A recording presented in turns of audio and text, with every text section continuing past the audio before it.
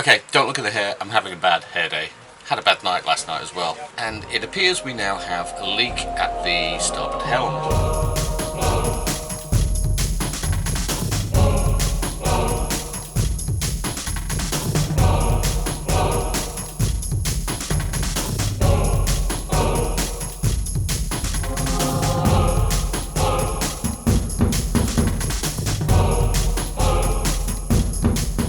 Had a bad night last night as well. Well, it wasn't really all bad.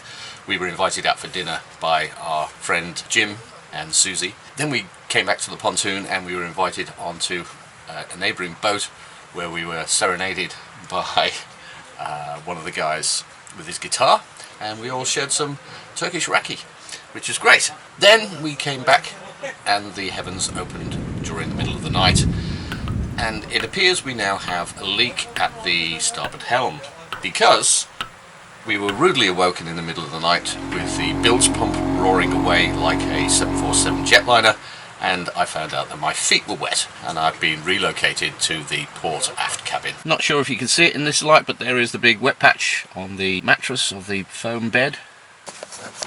My new quarters, thanks to the internal maid service, who's busy working away in the forward cabin in her new office. While the bedding dries in my old office. Here's all the cockpit cushions drying out as best as possible.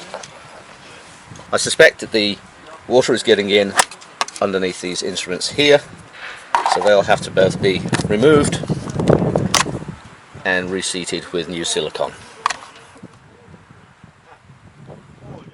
It is the last day of November 2020, and today is a great day for airing our head sail. We've unfurled the beast so she can just get a little bit of sunshine and dryness before we put it away again. Other thing we've got to do today is we've got to fix the leak that's coming in from the starboard helm position.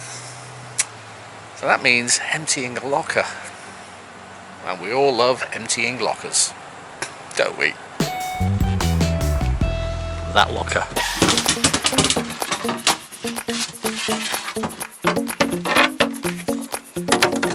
Can you see anything? Well, I know I'm going to need my actual glasses, not my sunglasses, because it's dark in here. We're going to need to rebed this one, that's for sure. Because that was the new one that went in. That was a new one that went in, yeah. And it's only leaked since then, isn't it? Yeah. So that's the instrument that we think is leaking around the edges. So it's quite a simple task of just disconnecting the power and data cables, unscrewing the bolts that hold it in position, getting it out, cleaning all the old Sikaflex off, putting new Sikaflex on, and putting it all back into place. Question, could you do a water test before we take anything out, and then we'll know exactly if it's the right one? Because you could be barking up the wrong tree. The wrong thing. Yeah. If you want to grab a hose pipe and do the water test, then or just about be my guest. Kettle of water. Yeah, jug of water would do. All right. Oh yeah, big leaks, big leaks. Yeah, that's definitely the one. Yeah, definitely not enough silicone to get the job done. Well, so we'll clean all that up. Sack the person that did that, Baz. Obviously wasn't on his game that day. There we go.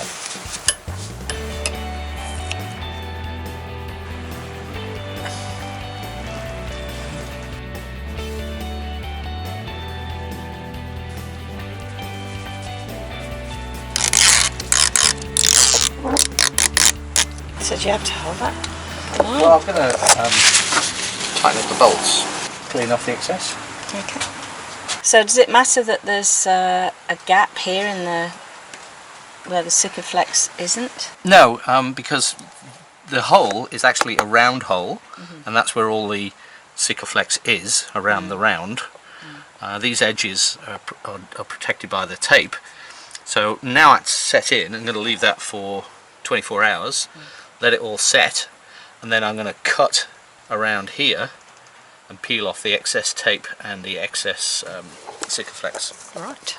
Put everything back in the locker. Yes, we can put everything back in the locker, yes. Good. Cast your minds back a couple of weeks to when Kev and I went on a road trip to Marmaris to source a heating solution for our boats for the winter.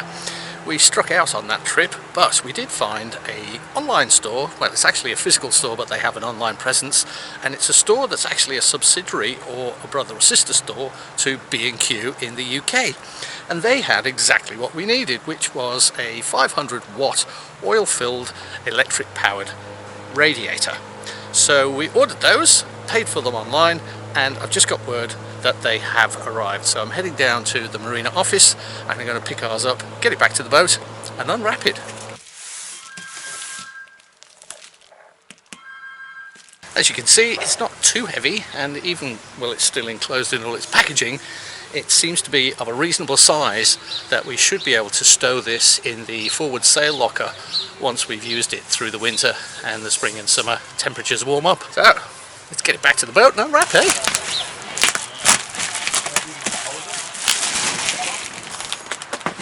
What? Oh no. On their website it said 500 watts. Now we've opened it, it says 1500 watts. It's a little bit more heat than we really wanted, but hopefully there's some sort of misinterpretation and it probably starts at 500 watts minimum and goes up to 1500 watts maximum. We'll open it up and find out. Well, look. At first glance I see it's 1500 watts, but it's got an asterisk next to it, which if you come in closer means that you can dial it down from 0 watts, 600 watts, 900 watts or 1500 watts. So we'll be keeping this as low as possible because this is all we need to heat the boat for the winter. Let's open her up and have a look at how small and cute it is. Yay.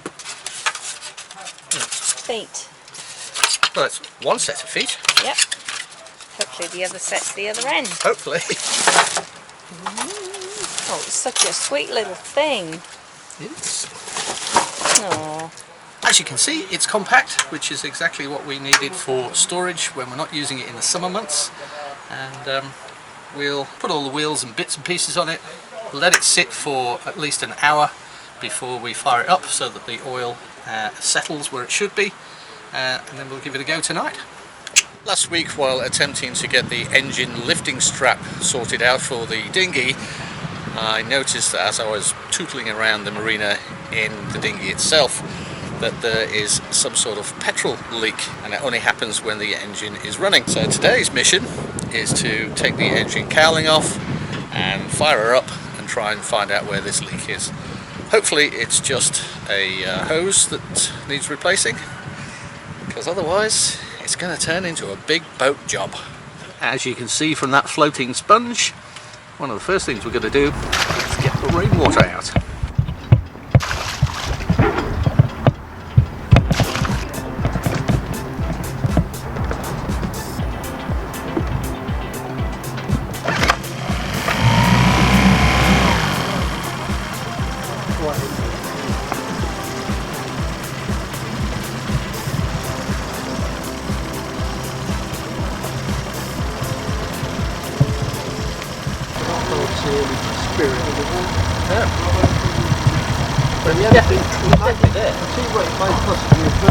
Well, the leak is not there this time around. We ran the engine and there was no sign of any fuel leaks inside the engine cowling area, and certainly no visible signs of any fuel floating on the surface of the water.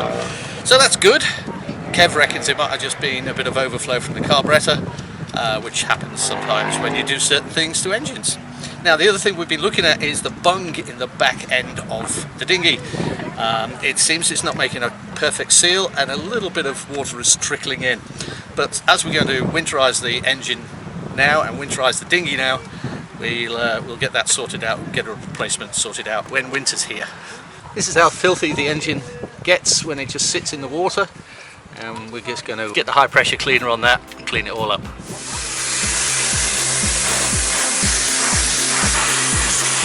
I tell you what, it was a bit of a hard struggle getting that 40 kilo 4-stroke engine into that position across that gap there without dropping it into the water. We've done it.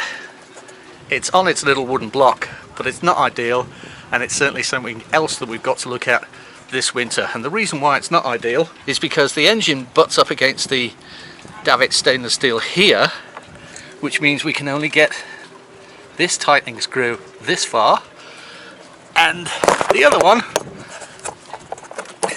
doesn't make hardly any contact at all. But she's up for now. She's out of the water, she's cleaned. I've also got to run the fuel out of the carburettor and get my bunny rabbit ears on the water intake down there. But before we get to doing that, we've got to take the dinghy out of the water and clean her bottom. It's not until you actually get the dinghy out of the water that you appreciate the actual size of it. It is a big dinghy.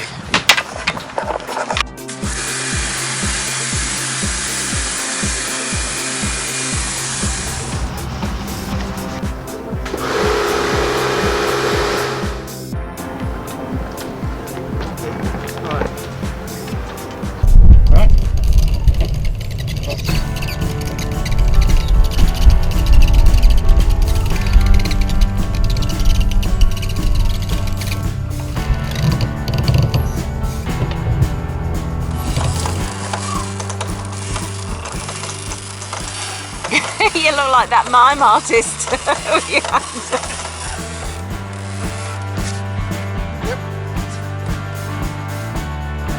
Right, so just take that line off the back end, that little thin line.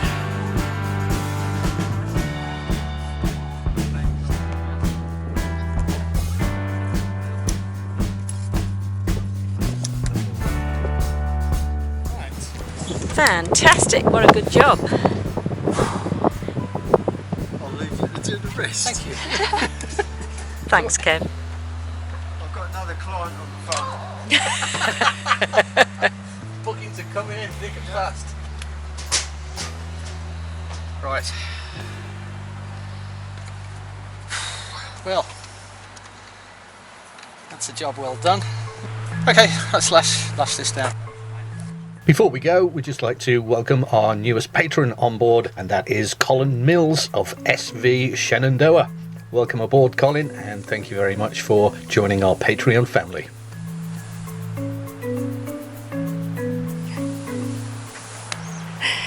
It's a knot that's not going to come undone.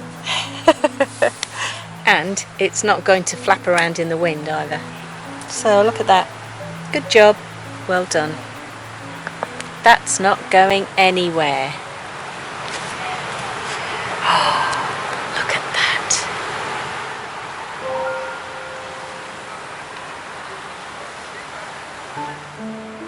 If you enjoyed our video, do give us a thumbs up and subscribe and ding that bell if you want to get notified of future video updates. We hope that you had a fantastic festive season, and we hope that 2021 brings you lots of fun, freedom and fulfillment as you follow your heart's desires.